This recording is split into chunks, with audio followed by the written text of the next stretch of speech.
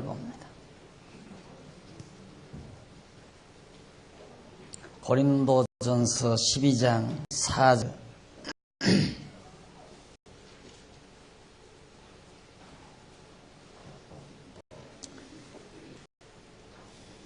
은사는 여러 가지나 성령은 같고 직임은 여러 가지나 주는 같으며 또 역사는 여러 가지나 모든 것을 모든 사람 가운데서 역사하시는 하나님은 같으니 각 사람에게 성령의 나타남을 주심은 유익하게 하심이라. 7절까지 독을 했습니다. 오늘은 35페이지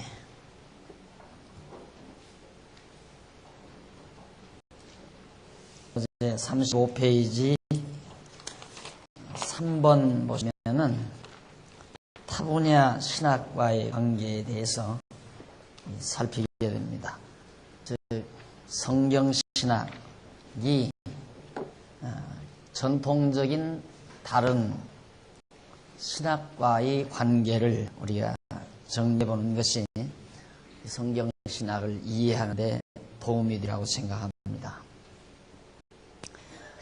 우리는 앞에서 기존의 전통적인 개혁신학에서 구분하고 있는 교의신학, 그리고 주경신학, 역사신학, 그리고 실천신학, 이 네 가지 신학 분류 등에 대해서 대략적으로 정리를 했습니다.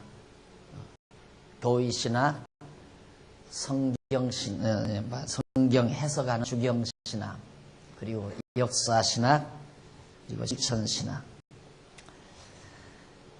그런데 이러한 신학들이 바로 우리 성경신학과 어떤 관계가 있는가? 그래서 우선은 먼저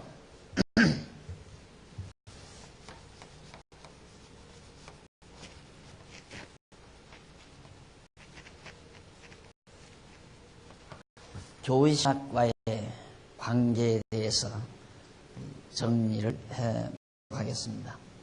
성경신학과 교의신학은 어떤 관계가 있는가? 교의신학은 일반적인 전통적인 그런 신학의 한 분야라고 그랬어요. 사실 이 교의신학이라고 하는 것은 어떻게 이루어지느냐 하면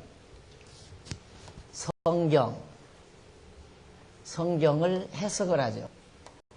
성경을 바르게 해석하면 믿어져요. 신앙이 생긴다네. 믿어져요. 근데 그 믿어진 신앙 내용을 간단하게 정리한 것을 신조라고 그래요. 신조. 뭐 제목이요 신조 이러죠. 신조. 신조라는 말은 한문으로 믿음의 조항이라는 얘기죠. 신조. 믿음의 조항. 신조. 그 다음 이 신조를 좀 구체적으로 논리화한 것, 논리 체계화한 것을 도구마, 즉 교의라고 말한다. 이 교의신학. 그러니까 적어도 교의신학을 하려면은 교의신학은 반드시 성경이 해석돼야 되고 그 성경을 해석하려면 바르게 해석하게 되면 믿어지죠. 믿음이 생기잖아요. 그 믿어진 내용을 간단하게 요약 정리하면 소위 신조라는 것이 만들어지는데 그 신조를 구체적으로 논리 체계화한 것을 교의라고 한다. 바로 이게 교의신학이에요. 이런 학문을 연구하는 걸 교의신학이다.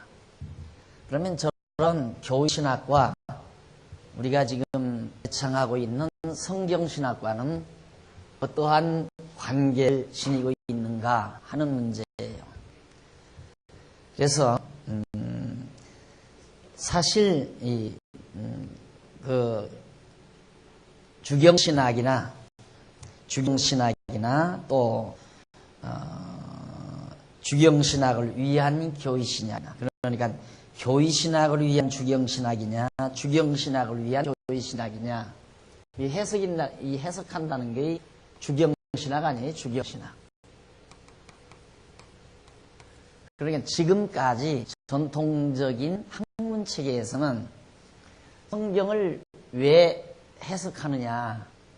해석하는 이유는 이 주경신학을 통하여 교의신학을, 올바른 교의신학을 체계잡기 위한 것이다. 이렇게 생각할 수도 있고, 아니면 교의신학은 주경신학을 바르게 하기 위한 것이다. 이것이 어느 것이 먼저인지 정리하기가, 구분하기가 힘들 정도였단 말입니다. 예, 성경을 해석하기 위해서 교의신학을 하느냐, 교의신학을 하기 위해서 성경을 해석한 주경신학을 하느냐. 그래서 사실은 전통적인 신학에서는 주경신학을 위에 놓다 보니까, 높은 위치에 놓다 보니까 자연히 주경신학은 교의신학을 위한 하나의 수단으로서의 신학이 되어질 수밖에 없는. 그래서 성경을 해석한다, 성경을 공부한다, 이것은 소위 성경학이라고 해서 고등학교 과정에서 공부를 해요. 성경학교. 성경학교는 고등학교 과정에서 성경을 공부해요. 그리고 신학에 가면 뭐 하나? 이걸 하는 거죠. 교의신학을.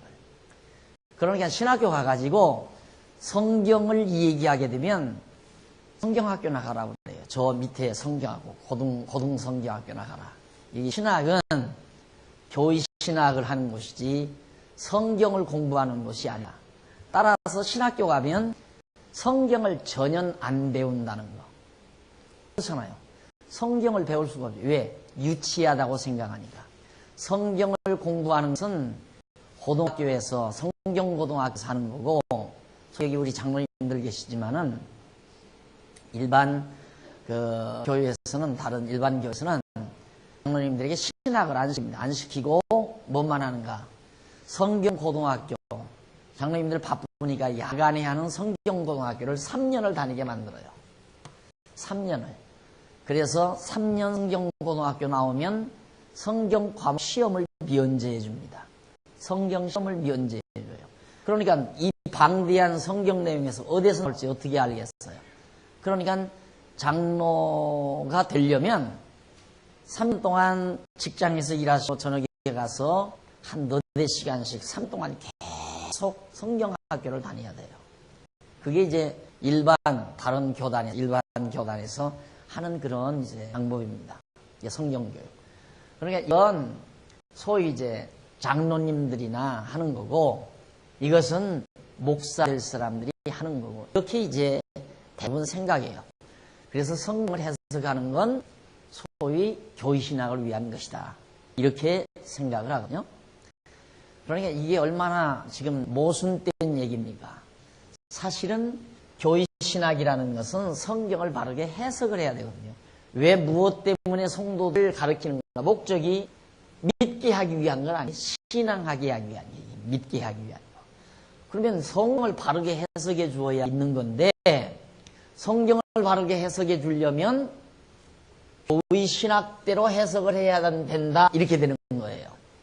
그렇게 될 거 아니에요. 여러분 가만히 한번 논리를 정리를 해보세요. 자, 지금 학자들이 뭐라고 그러겠는가? 교의신학에 맞춰서 성경을 해석해야 된다. 맞다고 그러죠, 그 말.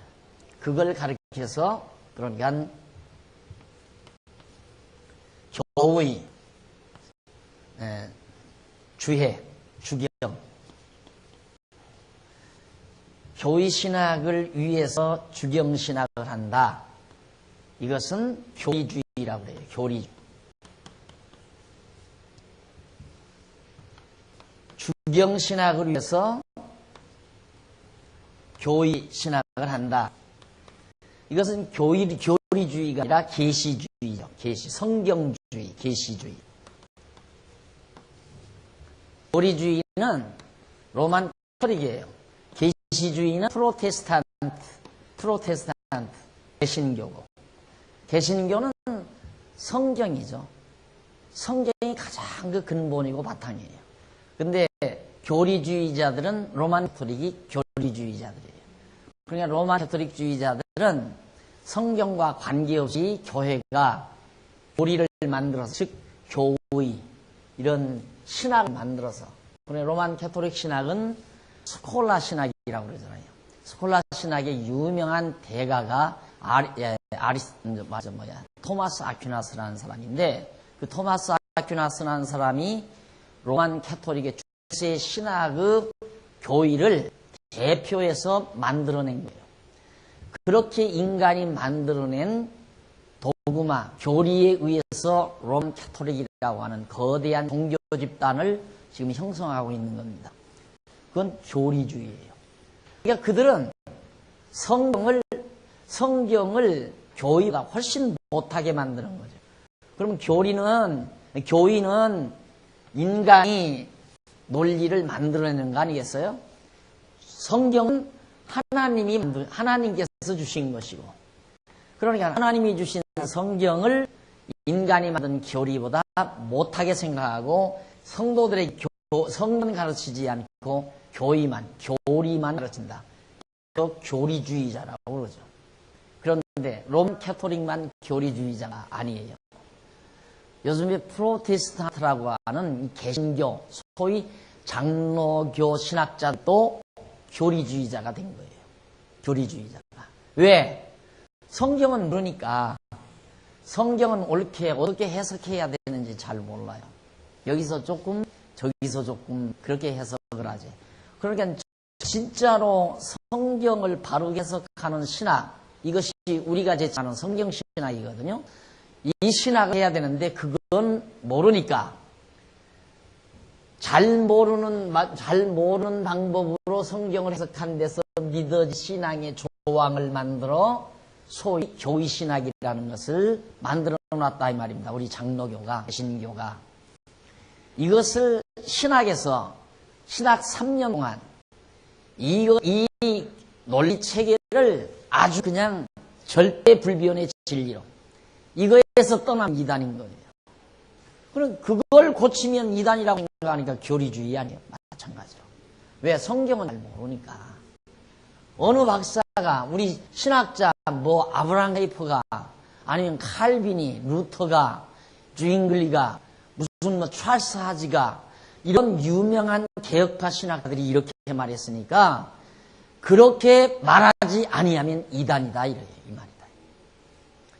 그러니까 계시주의, 성경주의가 되져야 되는데 자연스럽게 교리주의가 되져버린 거예요. 그러니까 이제 보수, 진보 이런 말 많이 들어보셨을 거예요. 교회도 보수가 있고 진보가 있는데, 보수라는 말, 프로테스탄트가 바로 보수주의 프로테스탄트가 있죠. 우리 장로교가 바로 보수주의인데, 이 보수주의가 뭘 지키는 게 보수주의냐? 이 교리를 지키는 게 보수주의, 교리. 이걸. 왜? 성경은 모르니까. 성경은. 그래서 결국은 이제 교리주의로 나가다가 계속해서 진행하다가 보니까 이 교리가 마저 떨어질 수가 없다 그 말이에요. 이 교리가 진리로 입증되기가 힘들다 그 말이죠. 이 논리라고 하는 것은 계속해서 마지막에 딱 답이 떨어져야 정확한 논리가 되잖아요. 그리고 논리가 사실화되어야 되고. 그런데 그게 안 되니까 지난번 말씀드린 대로 그러면 우선 당장 교의신학 하면은 서론, 실론, 인재론, 부동론, 구원론, 교회론, 종말론 이렇게 나오거든요. 그러면 서론은 이제 총체적인 이 교의신학을 총체적으로 서론적으로 설명하는 내용이고, 실론은 하나님이 인간을 창조했는데 타락했다. 그래서 예수가 와서 죄를 용서해주고 구원해 주었다. 그래 교회를 세워가지고 구원의 백성들을 천국으로 인도하기 위해서 세상 종말이 온다. 이런 논리예요. 이런 논리로 구조로 이렇게 교의신학을, 이 교의신학이라고 하는 것을 7권, 하나, 둘, 셋, 넷, 다섯, 여섯, 7권, 7권을 만들어 놓은 거예요. 이런 과정으로. 그래서 이걸 가르친다, 계속해서. 이것만을. 그런데, 그럼 실론에서, 그럼 가장 중요한 게 하나님인데, 신인데, 그럼 하나님이 하나님에 대해서 확증이 떨어져야 정말 이 하나님이 이렇게 다 해주시는 걸 알겠는데, 우선 가장 문제가 되는 것이 뭐냐면, 그러면 하나님이 계신가 안 계신가, 거기서부터 벽에 부딪힌다니까요.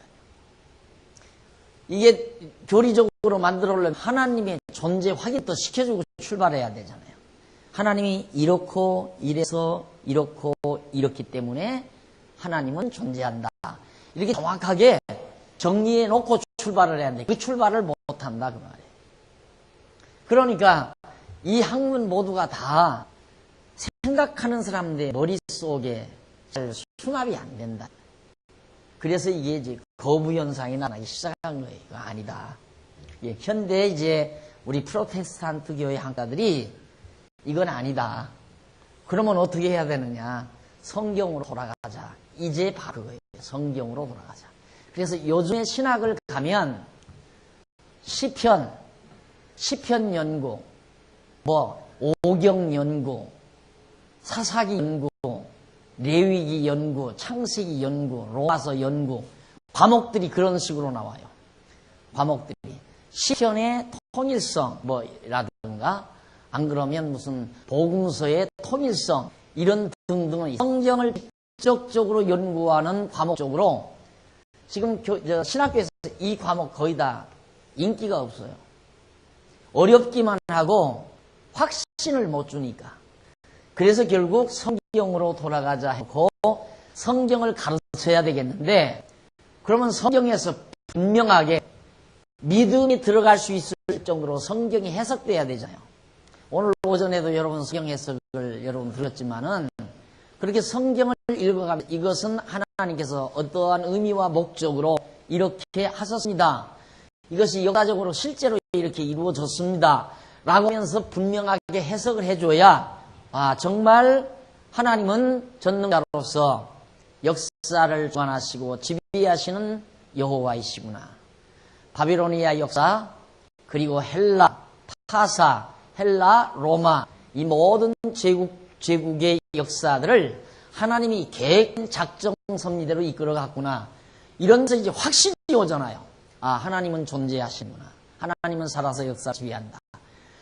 이렇게 성경이 해석이 돼져야 이제 정확한 믿음이 생긴다 그 말이에요. 그 확실한 그 믿음 속에서 나온 신조가 교회를 만들어내는 거죠. 그러면 교회가 정확한 거죠. 교회 자체가. 그래서 이제 성경신학이라고 하는 것은 성경을 올바로 해석한 상태에서 믿어진 조항에 따라 만들어진 신학을 우리는 교의신학이라 하지 아니하고, 그걸 성경 그대로의 신학이다 해서 성경신학이다 라고 학명을 붙인 것이다. 우리의 학명을 교의신학이라고 하는 거 성경신학이라고 하는 거다. 이해가 이제 가실 겁니다. 자, 그 다음 이제 주경신학과의 관계입니다. 그 밑에 지금까지 말한 거 그거 다 거기 나와요. 그래서 중세 교리주의, 이게 참 사람 죽이는 주의입니다. 공산주의자들이 공산주의 이론을 수련시키잖아요. 그럼 사람이 완전히 공산주의자가 돼버려요. 그러니까 천주교라고 하는 또 로만 캐토릭도 이 교리주의이기 때문에 이 교리로 자꾸만 사람들을 가르치니까 그대로 교리주의자가 된다니까요. 여러분들도 마찬가지예요. 만약에 여러분들이 내가 만들어 놓은 어떤 논리적 체계로 여러분이 자꾸 가르친다면 여러분도 교리주의자가 되는 거예요.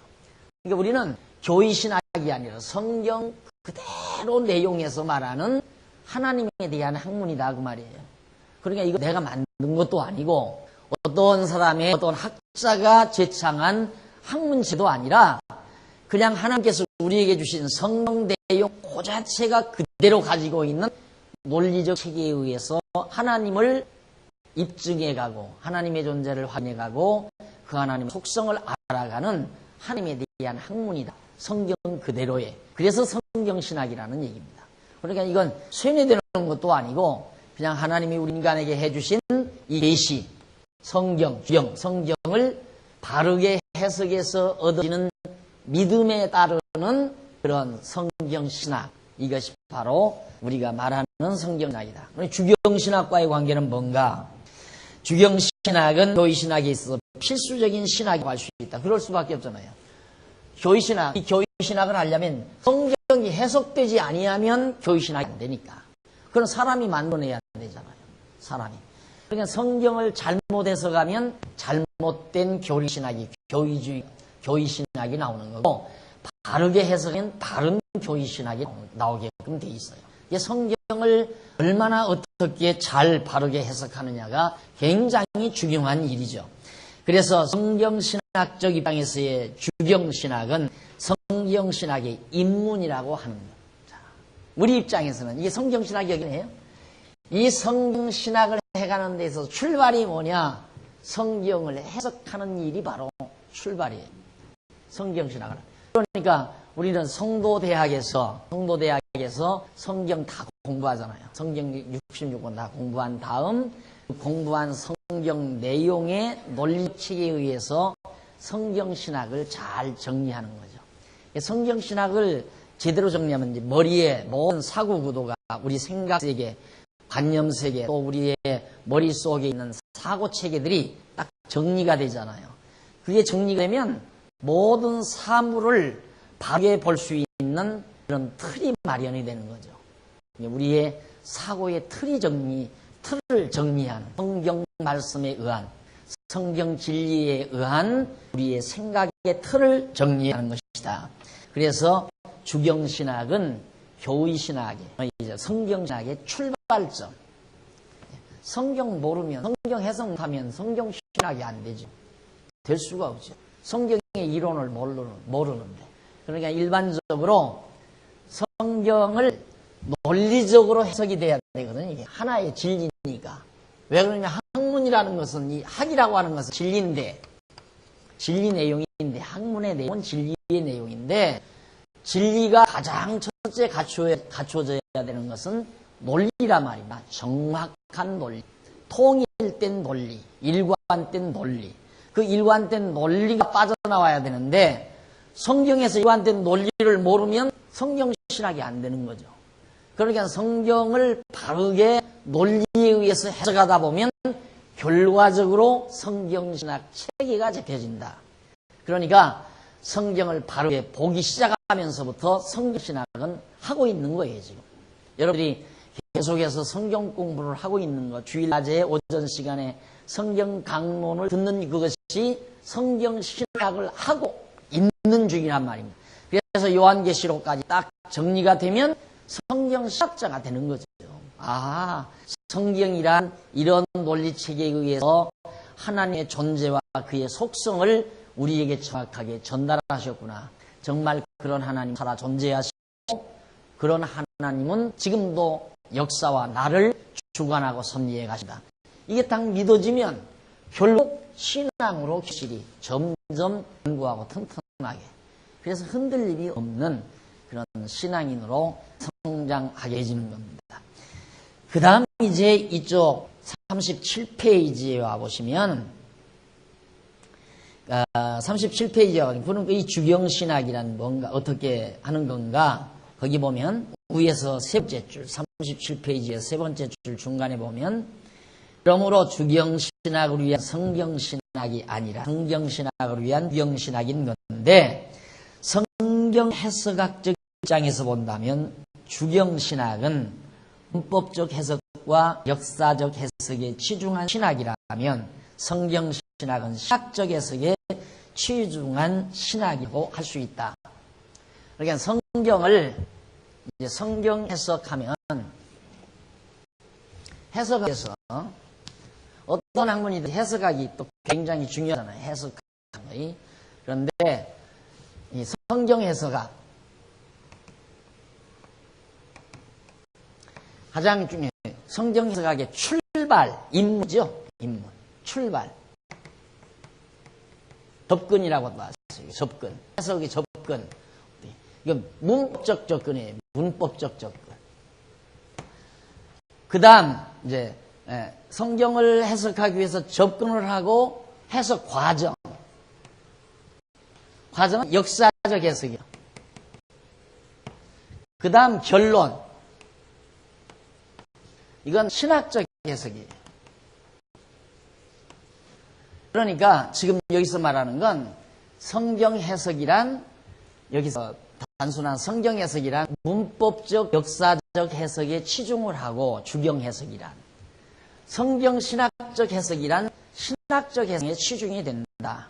결국 결론적으로 성경을 끝까지 결론적으로 잘 해석하면 신학적 해석이 결론 떨어진다 이 말이에요. 그게 바로 성경 해석이에요. 예, 성경을 해석할 때 어떤 내용을 쭉 마태복음 예를 들어 1장을 해석할 때 먼저 문법적으로 접근을 해야 돼요. 이 본문의 주어가 뭔가, 또 이 본문을 말하고 있는 장소는 어디며, 누가 누구에게 언제 어떻게 무엇 때문에 이런 등등의 구체적인, 또 동사가 과거형인가 현재형인가 미래완료형인가, 목적어가 있나 없나, 수식어는 무엇이고 접속사는 어떠한 것인가, 이유 접속사인가, 이런 것들을 하나 문법적으로 따져서 일단 문맥이 가지고 있는 내용을 정확하게 문법적으로 따지는 겁니다. 그 다음 이제 역사적인 것은 누가 언제 어디서 무엇을 어떻게 왜, 그런 문제를 따지는 게 역사적 해석이에요. 그러니까 여러분들이 이제 뭐 이렇게 하다 보면 이제 이 다음 뭐 대학부 교사도 하고 청년부 교사도 하고 중고등부 초등부 교사도 하게 되면 할 거 아닙니까? 그때 할 때 학생을 가르칠 때도 마찬가지죠.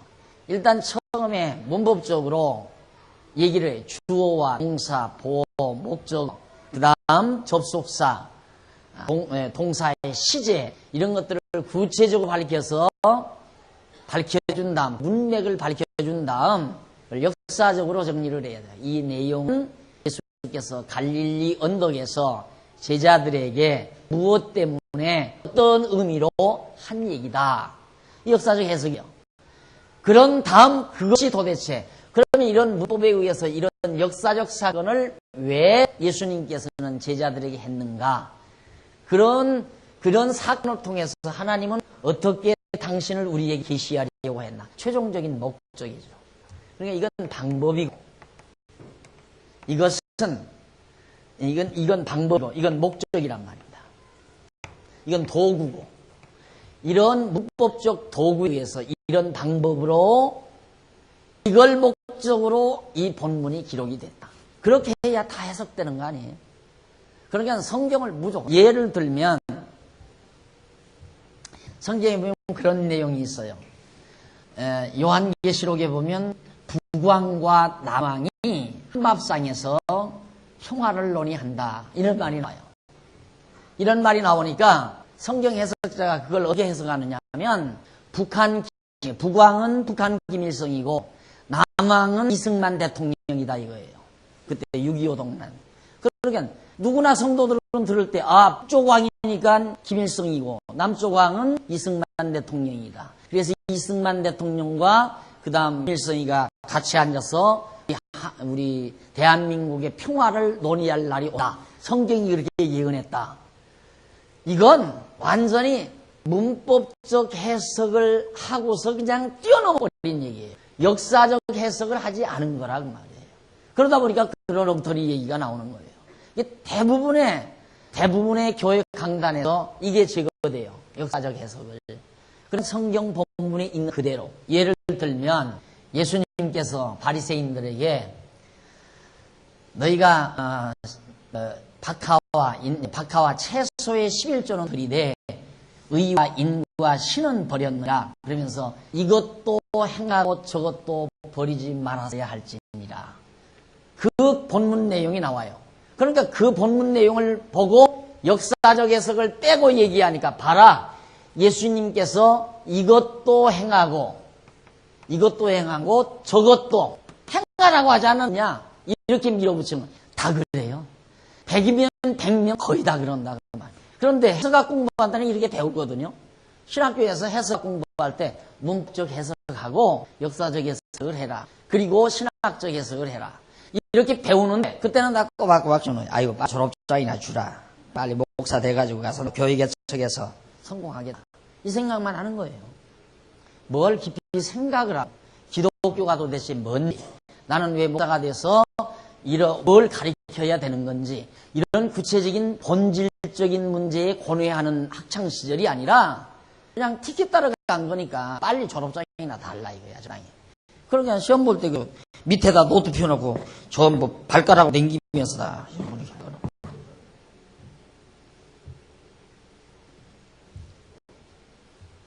네, 예수님께서 그렇게 말씀한 것은 예수님이 누구에게, 이게 역사적 해석하니 누구에게? 바리새인들에게. 왜?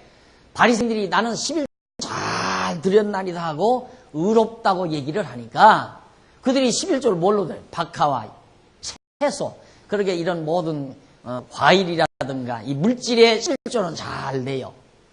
열의 하나를 잘 낸다 이 말입니다. 그런데 의와 인과 신은 버렸다. 의와 인과 신은 버렸다. 이 말은 결국은 뭔가 진짜 드려야 될, 하나님께 드려야 될 이 모든 것들은 너희들이 알고 있다. 결과적으로 예수 그리스도를 너희들이 지금 박대하고 있다 그 말이에요. 하나님의 뜻대로 오신, 하나님이 정하신 뜻대로 온 예수 그리스도의 사건. 이것도 역시 마찬가지로 하나님의 사랑으로 이루어지는 놀라운 사건. 이것도 마찬가지로 다 그리스도와 연결이 되지는 것들거든요.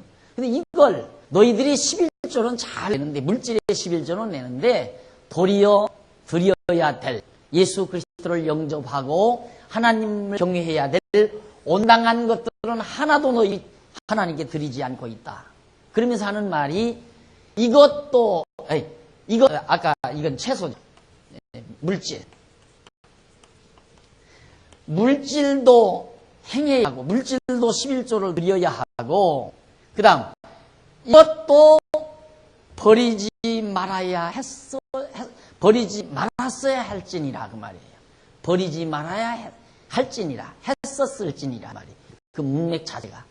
그러니까 그 말은 뭐냐면, 너희들이 물질의 11조를 드렸다면, 11조의 실체로 오신 예수 그리스도를 영접했어야 됐었다 이 말이에요. 예수를 영접하고 하나님께 그 믿음을 드렸어야 했을 건데, 물질은 예수님을 모형적으로 보여주는 11조의 모형으로 보여주는 예수는 너희들이 바꾸면서 물질의 11조만 드렸다. 그리고 책망한 얘기라 이 말이에요.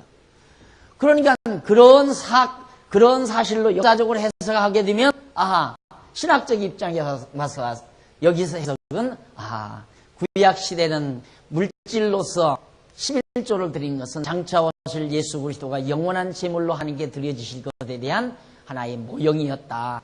그러니 예수 그리스도가 이제 영원한 제물로 드려지셨으니까 우리는 이제 물질의 11조를 하나님께 제물로 드리는 시대가 아니다. 신학적으로 그렇게 해석이 되잖아요. 그래야 바르게 해석이 떨어지는 거라 그 말입니다. 근데 이 중간 해석을 없애버리고 성경에 봐라, 이것도 하고 저것도 버리지 말라고 하잖아요. 다 해결해야 된다 이 말이에요. 그래서 해석학적인 문제가 얼마나 큰 문제인가, 그걸 일반 성도들이 누가 합니까? 아무도 모르죠. 그래서 여러분들이 이렇게 가르쳐 드리는 건 이걸 알아요. 오늘 또 새로운 성도님이 오셨는데 처음에 11조란 무엇이야, 그걸 테이프를 갖다 주더래요. 그걸 듣고는 열흘 동안 잠을 못 잤대요. 괴로워가지고. 어떤 것이 옳은가? 테이프를 들어보니까 옳은 것 같은데, 지금까지 배운 것은 11조 안은 다 망하고 죽는 줄로 알았는데 11조라는 무엇인가 테이프 들어보니까 이것만이 옳은 것도 같은데, 그러면 그건 틀렸나? 어느 것이 맞았는지 모르겠을 거니까 혼란이 와가지고 열흘 동안 잠을 못 주무셨다고 그러더라고요. 그러니까 이게 너무도 해석적인 문제가 큰 문제죠. 그래서 정말 성경을 해석하는 데 있어 우선 문법적으로, 그래 우리 교회는 그렇잖아요. 초등부에서는 우선 그 내용, 이야기, 대개 성경의 그 이야기들을 대략적으로 정해주고, 그 다음 고등부에, 중고등부에 가서는 문법적, 역사적 해석 차원에서 성경 가르쳐 주어라. 그 다음 대학부 올라가면 약간 성경신학 하잖아요. 대학부에 올라가면 대학부에서 성경신학을 해요. 이렇게 학제가 잘 짜여져 있어요, 내용 자체가. 그런데 학생들이 책 읽기 공부를 안 해주니까 문제죠. 책 읽기만 해주면 대학부 4년 나오면 어젓한 성신학자가 되도록 돼 있죠. 칼빈도 20세 간 넘어서 학자였어요. 대단한 학자. 그런데 우리들은 한 20살 먹으면 아직도 애기로 취급하잖아요. 얼마나 두뇌가 잘 발달할 때입니까? 열심히 배우고 공부하면 되는데 우리 자녀들이 그렇게 공부를 안 해요. 그래서 고등부까지 해서는 역사학에서 그 다음 이제 신학적으로 들어가서 완전히 신학적으로 사상적으로 이렇게 딱 정리가 되는 거죠. 그렇게 우리 교회학교 학제가 짜여진 이유가 그렇습니다. 다음 이제 역사신학이 거기 나와요. 세 번째 37페이지 세 번째 역사신학과의 관계. 역사신학 역시 주경신학 없이는 불가능한 신학이다. 주경신학 없이는 역사신학은 역사를 보는 시각 자체가 주관적으로 흘러 진리의 객관성을 잃어버리게 되기 때문이다. 자, 역사신학. 두 번째 주경신학. 그 다음 세 번째가 역사신학. 결국 우리 기독교는 역사를 어떻게 볼 것인가, 역사를 어떻게 해석할 것인가, 아주 우리의 삶과 직결되는 내용이거든요. 지금 오늘 우리가 살다가 오늘 우리 가정에 어려운 일이 부딪혀왔어요. 갑자기 주가가 떨어져가지고 주식에 돈을 투자해놨는데 주가가 그냥 완전 폭락세가 돼버린 거예요. 그러니까 지금 난리 났잖아요. 욕심이 사나워가지고 그냥 집재 피고 은행돈 얻어다가 주식 올라가는데 투자를 해놨는데 이걸 어떻게 해석할 것이냐가 문제 아니에요. 이게 해석이 안 되면 이제 괴로운 거예요. 그걸 해석 못하면. 해석이 안 되면 그 다음 대책도 없는 거고. 그런 것만 아니죠. 모든 상황. 갑자기 하던 사업이 기울어졌다. 내가 다니던 직장이 완전히 이제는 사업이 문을 닫게 되어지고 직장을 다 잃게 됐다. 이런 어려운 사건들이 우리의 생활 속에 수없이 몰려온단 말이야. 물론 좋은 일도 많이 오지만은 좋은 일 오는 것도 마찬가지예요. 갑자기 정말 큰 돈을 벌게 됐어요. 이런 실제 사건들을 어떻게 해석하고 살 것인가. 이게 바로 역사신학인데 사실은 그런 근본적인 차원에서 우리 기독교 역사신학이 접근을 못해요. 쉽게돼야 역사신학이 뭐냐. 우리 현재 기독교 신학에서 전통적인 신학교에서 역사신학은 교회가 그동안 어떻게 2000년 역사를 지내왔는가, 어떻게 지내왔는가, 그 내용을 아는 거예요. 내용파. 그러니까 얼마나 초보적인 얘기입니까? 일반 역사도 그렇잖아요. 일반 역사도 역사학을 전공하는 학자나 연구실에 앉아서 역사의 의미와 목적 이런 것들을 밝혀내려고 노력을 하고 또 역사의 원도 찾아보려고 노력을 하고 그러나 대학에서 역사 공부해도 그 역사 내용 줄줄줄줄 연대 외우고 사람 이루고 사건 기억하고 그런 정도의 역사학을 하잖아요. 기독교도 마찬가지예요. 역사 신학은 교회사, 구약사, 신약사 뭐 이런 역사 간단하게 한국교회사 이런 정도 또 교리사 이런 정도 역사를 탐독하는 것으로 역사학을 전공했다 이렇게 생각하는 거예요. 그러나 진짜 역사신학이라면 역사를 신학적으로 보는 거거든요. 그렇죠. 역사를 신학적으로 해석한다는 의미예요. 그게 역사신학이에요. 그러니까 역사신학을 제대로 하려면 성경을 제대로 깨닫게 되면 역사신학. 오늘 또 우리 역사 배웠잖아요. 히스기야 시대의 역사를 배우는데 그걸 신학적으로 그래 해석하잖아요. 왜 하나님께서 그렇게 연약한 히스기야를 예루살렘에 망하지 않게 해서 아수르로 하여금 뒤로 물러가 도리어 자기들 스스로가 죽게 만들었을까? 왜 그런 죽는 사건이 역사가 일어났는가? 그 역사에 대한 해석이 뒷부분에 간단히 나오잖아요. 하나님께서 다윗을 위하여 다윗과의 언약을 이루어 주시기 위해서 예루살렘을 보존하고 다윗 왕가를 지켜주려고 강대한 아수르가 와서 예루살렘을 치지 못하고 물러가서 스스로 했다 이 말이에요. 그것이 역사 해석이죠. 어떻게? 신학적으로 해석한 거예요. 역사 신학이죠. 그러니까 오늘 우리도 마찬가지예요. 왜 갑자기 내 하던 사업이 망했는가? 하나님께서 일단 망하게 하셨다. 어떻게 망했는가? 망한 것이 왜 망했는가? 하나님께서 망하게 했다. 왜 망하게 하셨을까? 그 구체적으로 그걸 해석하는 거야. 하나님께서 나에게 권고한 날을 주고 형통한 날을 주어서 하나님 경외하기를 배우게 하려고 권고한 날을 또 잠시 주시는구나. 이렇게 해석을 하니까 권고한 날에도 하나님 경외하기를 배우게 되고 형통한 데도 자만하지 않고 여호와 하나님을 경외하는 지혜를 얻게 된단 말입니다. 그게 역사신학의 목표 아니겠어요? 그러니까 여러분들이 성경신학 하게 되면 역사신학자가 된 거예요. 그냥 역사신학자. 다 자기 스스로들이 역사신학자라는 말을 하니까 그러지 실제는 여러분의 생활을 다 해석하고 살잖아요. 왜 날들어 신방호라고 하네요? 우리 교회 날들어 신방호라고 하니까 아마 우리 장로님 집도 간제가 아니라 10년은 넘었을 거예요. 우리 장로님들 집에도. 신방, 자랑삼아 하는 얘기가 아니에요. 왜 신방을 원치 않아? 스스로 다 해석할까? 신방 뭐 때문에 요구해요? 집 자랑하려고 하는 거 아니잖아요. 왜? 목사님 오셔서 우리 가정에 어려운 문 빨리 말씀으로 좀 해석해 주십시오. 그 말 아닙니까? 근데 그런 일 없어요. 신방을 원치 않죠. 물론 바빠서 가지도 못하지만. 그러니까 다 스스로 자기 삶을 해석하고 살아요. 대학자들이죠. 문제는 이제 이걸 정말 이런 구체적인 내용을 쫙 논리를 잡아서, 논리체계를 잡아서 책을 쓰고 하는 것은 이제 전문가들, 목사님들이 지금 하잖아요. 그래서 지금 현재 강세창 목사님이 역사신학, 역사학을 지금 하고 있어요. 강세창 목사님이. 그래서 우선 교회사부터 역사학을, 교회사부터 출발을 해서 교회사를 성경신학적 관점에서 교회사를 새롭게 보는 그런 시각을 가지고 지금 신학원에서 강의하잖아요. 여러분 인터넷에 들어가면 지금 들을 수 있을 거예요. 다 학자예요, 여러분. 실제로는. 그러니까 역사신학은 뭐냐?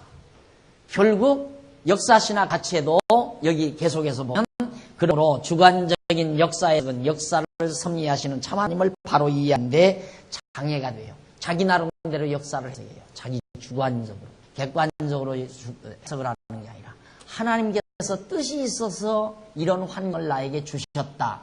이건 객관성을 가지고 해석하는 거거든요. 그런데 내가 노력을 했더니만 이런 결과가 왔다라고 접근하기 시작하면 그건 주관적 해석이죠. 역사를. 그러니까 주관적으로 역사를 해석하려다가 못한 것이 토인비야. 20세기 사가 역사가 토인비가 결국 역사 해석을 못하고 준 거잖아요. 가능성만 얘기를 한 거죠. 어쩌면 역사란 어느 누군가가 그렇게 하시는 것 같다 이 말이에요. 누군지도 모르고 하여튼 역사란 이상스럽게 기독교와 밀접한 관계가 있다 이거죠. 따라서 아마 역사란 기독교가 신봉하는 하나님과 관계가 있을 것 같다. 이것이 불신자, 하나님을 알지 못하는 토인비가 마지막 남겨놓은 20세기 대역사가 토인비가 남겨놓은 말입니다. 결론적으로. 그러니까 우리는 그럴 것 같다, 그런 것과 관련이 있는 것 같다라는 토인비보다도 그렇다라고 단언할 수 있는 토인비보다도 훨씬 위대한 사가들이죠. 우리들의 입장이라면. 그래서 그런 역사는 사실이다. 역사는 실제 사실이죠. 그런데 역신학은 그 사실에 대한 해석이라는 작업을 통하여 이루어지는데 여기서 해석의 기준이 성경 계시일 때만이 진리로서의 역사신학이 가능하다. 주경신학의 도움을 받아 성경신학으로 밝혀진 하나님의 역사의 주관자로 믿을 뿐만 아니라 하나님을 이 같은 하나님에 대한 지식을 기준으로 모든 역사를 해석해야 된다. 이러한 역사 해석이야말로 불변의 절대적 진리가 되는 것이다. 그러므로 성경신학적 입장에서의 역사신학은 성경신학에 앞서는 것이 아니라 성경신학 부산물로 이루어지는 것이다. 예, 성경신학을 전로 하게 되면, 성경신학만 마다하게 되면 역사신학은 그냥 부수적으로 얻는 거란 말이에요. 부수적으로. 시장에 가서 예를 들어서 조기를 몇 마리 사니까, 조기를 몇 마리 사니까 그 가게, 생선 가게에서 이거 갖다가 된장 끓이는데 갖다 넣으면 맛있어요 하고 그 뭐예요? 뭐라 그래요? 그 조개 같은 거 그거 있잖아요. 그거 한 주먹 이렇게 쥐어서 주죠. 부수적으로. 그와 마찬가지로 성경신학만 마사하게 되면 역사신학은 부수적으로 얻는다. 다 자기의 삶을 해석하고 목적 방향을 알고 내가 어디로 가고 있는가도 알고 하나님께서 나를 왜 이렇게 인도하시고 섭리하시는가도 알며 사니까 역사를 해석하고 사는 사람들이죠. 그 다음 이제 실천신학입니다. 실천신학 네 번째 38페이지.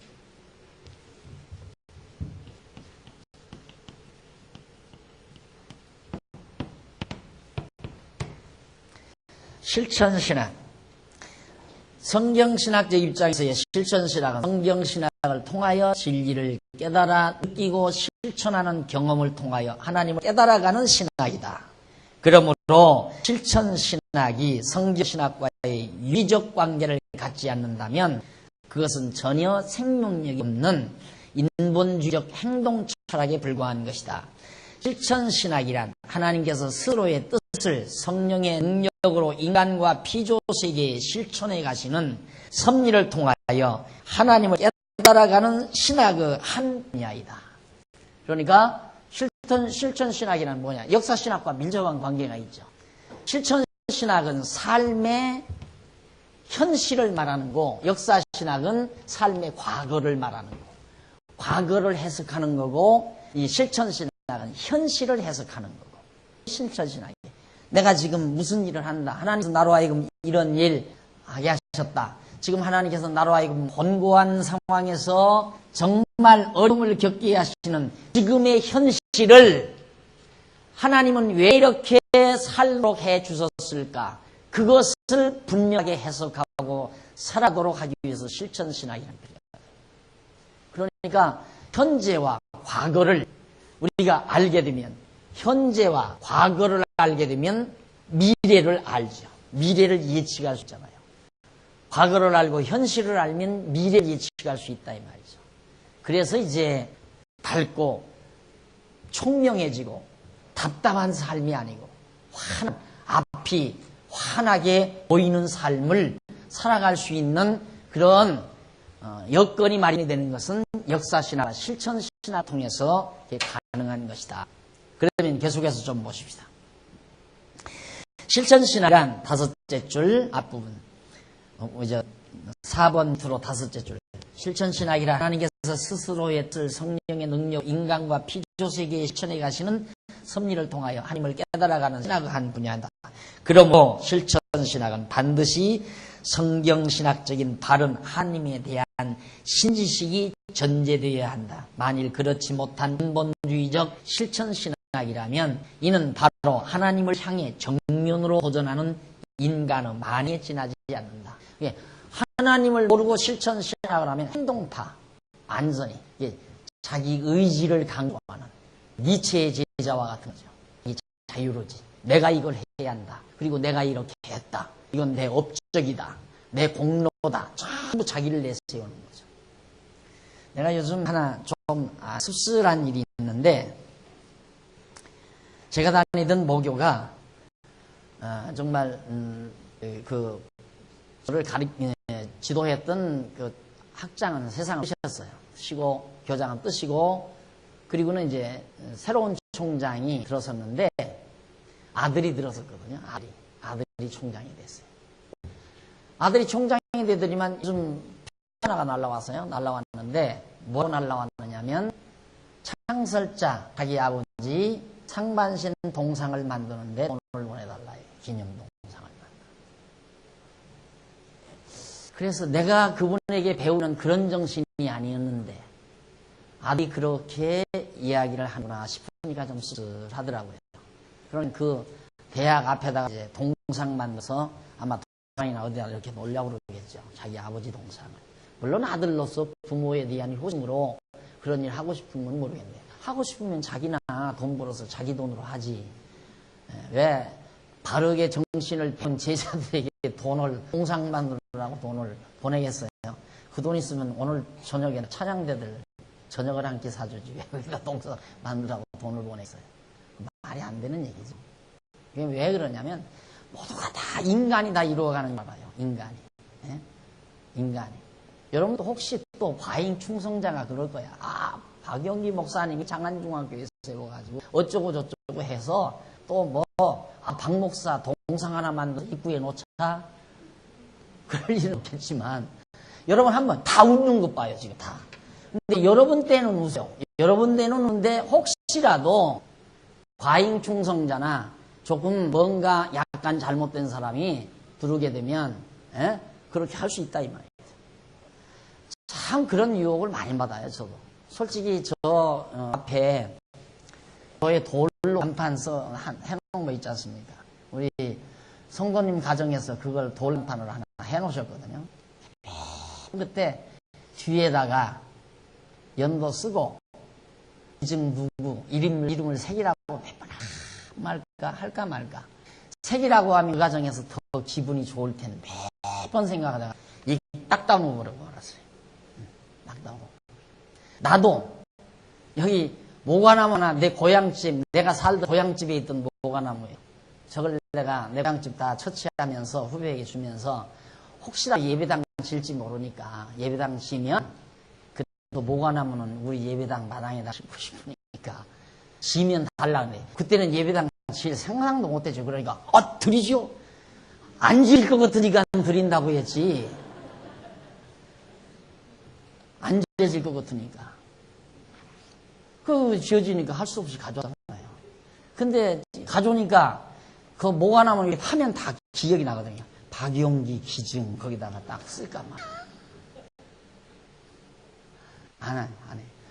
안 할 뿐만 아니라 지금 교회에서 다 그렇게 하잖아요. 그런 것도 하면 저기다가 딱 어느 집사님 기증 이것도 어느 집사님 기증 다 이런 데다 써서 다 붙여요.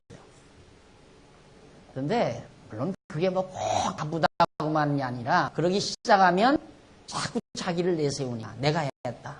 하나님이 나로 하여금 이렇게 할 수 있게 하셨다. 이렇게 생각해야 되는데 그렇게 해놓게 되면 내가 했다라는 내가 본주어로 딱 들어간단 말입니다. 본주어로. 그게 이제 문제가 되기 때문에 가능만 하면 안 해야죠. 그걸 안 해야죠. 하나님이 하게 하신 거지 인간이 한 게 아니잖아요.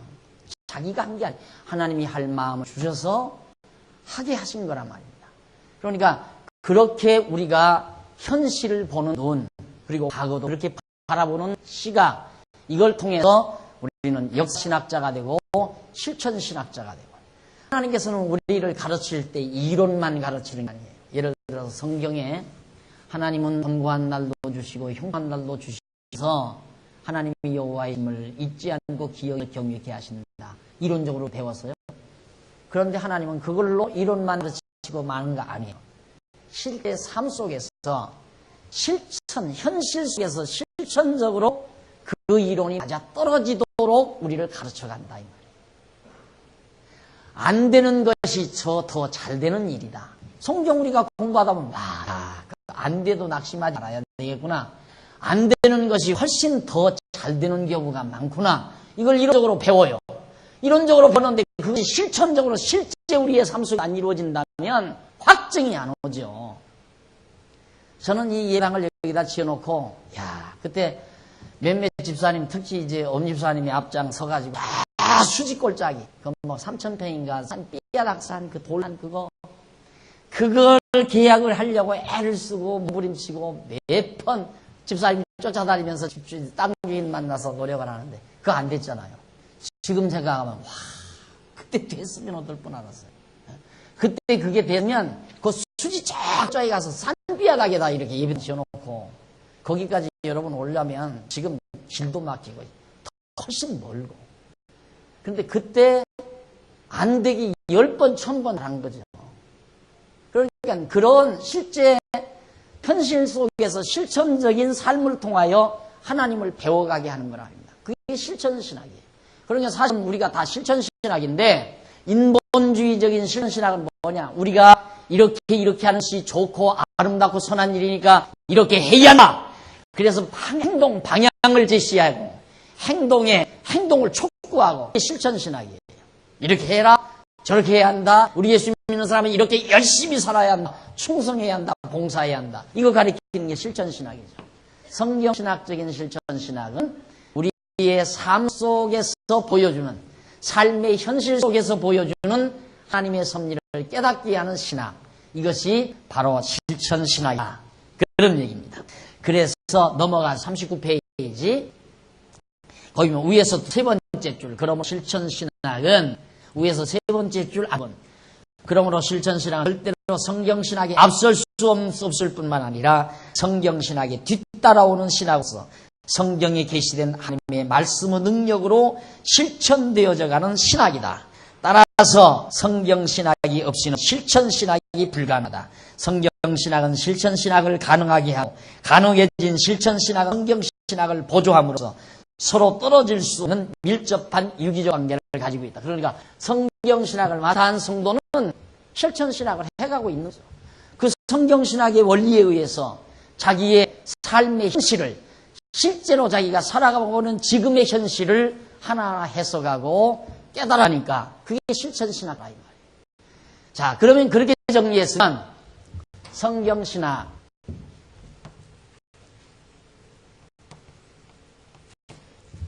결론 내리면 그렇습니다. 성경신학, 이 교회신학은 완전히 이건 지금 잘못된 신학 아니에요. 이게 잘못된 신학. 그래서 이 교회신학이라고 하는 이 말을 우리는 성경신학이라고 정리를 한다. 이 교회신학은 지금 성경을 제대로 해석지도 못하는 상태에서 만들어진 거기 때문에. 주경신학은 바로 접근, 성경신학의 접근이죠. 접근, 출발. 그다음에 역사신학은 이 성경신학을 통하여 과거 역사를 해석하는 신학이니까 이건 부산물, 성경신학의 부산물. 역시 실천신학 역시도 성경신학을 하게 되면 현실에 내게 부딪혀오는 지금의 모든 상황을 바르게 해석하면서 하나님을 배워가는 신학이니까 여기에 수반되는 거죠. 이것도 수반된 거고. 이것은 성경신학을 접근해가는 한 과정. 성경 우선 해석해야 되니까. 그러면 성경신학은 어떤 학문적 위치에 있는가를 쉽게 파악되잖아요. 그래서 주경신학은 성경을 해석하는 것은 성경신학을 위한 것이고, 나머지 역사신학은 성경신학의 부산물이고, 실천신학도 성경신학의 부산물이다. 따라서 성경신학이야말로 성경이 말하는 하나님을 옳게 가르치는 놀라운 진리에 대한 학문 내용이다라는 것을 결론적으로 정리할 수 있습니다. 그래서 39페이지 위에서 9째 줄 한 줄 바꾼 데서 거기서부터 결론적으로 성경신학과 다른 분야의 신학들과의 관계를 총정리하면 주경신학은 성경신학에 입문하도록 해서 성경신학을 통하여 하나님을 깨달아 생명을 얻게 하고 새 사람으로 성숙되어져 가게 한다. 그런데 신학 뼈대가 교회신학적 논체계라고 나타나고 성경신학의 신지식에 의한 역사 해석이 역사신학으로 정리되며 성경신학적 신지식에 의한 삶의 모습이 실천신학으로 표출이 되어진다. 이렇게 성도 성숙된 삶을 통하여 결과적으로 하나님의 영광과 존귀를 돌리며 은혜의 영광을 찬송하게 되어진다. 그러므로 찬송받으실 하나님을 가장 정확하게 알게 하는 성경신학은 모든 신학들의 근본이고 목적이 담겨진 신학이며 기타 모든 신학들은 성경신학의 보조과를 담당하는 신학들이며 성경신학의 결과로 나타나는 신학들로서 성경신학과 유기적으로 밀접한 관계를 가지고 있는 신학들이다. 주경신학이나 역신학이나 실천신학이나 교회신학 모두들이 성경신학의 위치를 지금까지 제가 파악해 드렸습니다. 자, 다음 시간에는 이어서 성경신학의 필요성에 대해서 여러분들에게 강의를 약속을 하고 오늘 강의 여기서 마무리 짓습니다. 기도하십시다. 자비로우신 하나님 아버지, 은혜와 사랑을 감사드립니다. 하나님께서 우리에게 이 귀한 진리 보고를 발견하게 하시고 정말 성경을 통하여 하나님을 알고 아는 그 하나님에 대한 지식으로 내 지난날의 삶을 해석하고 현실 속에 밀려온 내 삶의 현장에서 하나님을 깨달으며 살 수 있도록 은혜를 주신 하나님의 크신 사랑을 진심으로 감사합니다. 아버지 하나님, 오늘 배운 귀한 말씀을 통하여 우리가 살아가는 삶의 현실 속에서 분명한 삶의 목적을 바르게 가질 수 있게 해 주시옵소서. 우리가 망하는 것도 흥하는 것도 건강한 것도 병드는 것도 또 곤고한 날도 형통한 날 모두가 다 하나님 경외하길 배우게 하시려는 하나님의 놀라운 섭리임을 성경신앙에서 바르게 깨닫고 우리의 삶의 과정에서 날마다 승리해가는 귀한 종들의 삶이 되도록 역사하시옵소서. 예수님의 이름으로 기도드립니다. 아멘.